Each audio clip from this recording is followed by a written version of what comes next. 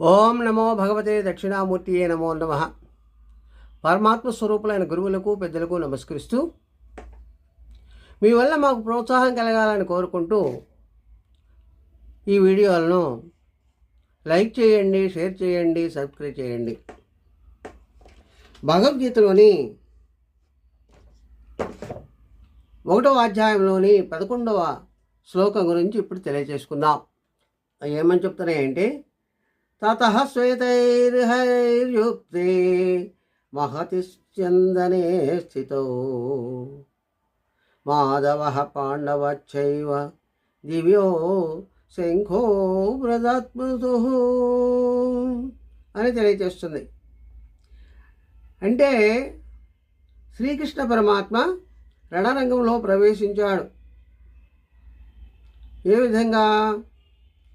తెల్లని గుర్రాములతో కూడినటువంటి రథాన్ని అధిరోహించి కృష్ణార్జునులు తమ దివ్య అమ్ములకు శంఖములను పూరించారు.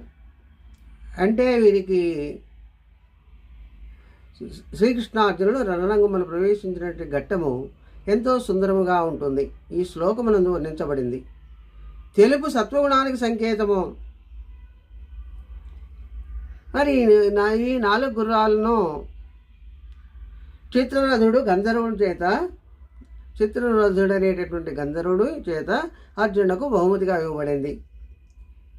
ఈ గుర్రాలు భూమిపైనే కాకుండా ఆకాశంలో కూడా సంచరిస్తాయి. అదేవిధంగా ఈ 4 గుర్రాలకు 4 వేదాలని సంకేతం చెప్తూ ఉంటారు. చతుర్విధ పురుషార్థములు ధర్మము, అర్థము, కామము, మోక్షము అని భావిస్తూ ఉంటారు పెద్దలు.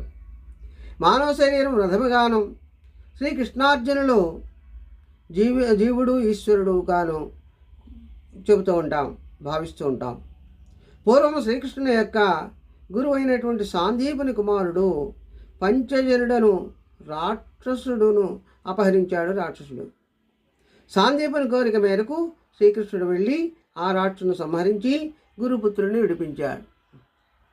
శంఖము రూపధారి అయినటువంటి ఆ రాక్షసుని శంఖమును స్వీకరించాడు. ఆ శంఖమునకే పాంచజన్యము అనే పేరు. ఈ పాంచజన్యం అనగా పంచభూతములతో ఏర్పడినటువంటి శరీరము. జడమునగు శరీరమునందు చైతన్య రూపము ప్రాణమును నింపుటయే పాంచజన్యమును పూరించుట అని అర్థం తెలియజేస్తుంది. స్వస్తి. సర్వే జనా సుఖినో భవంతు. ఓం శాంతి శాంతి శాంతి. సర్వే జనా సుఖినో భవంతు.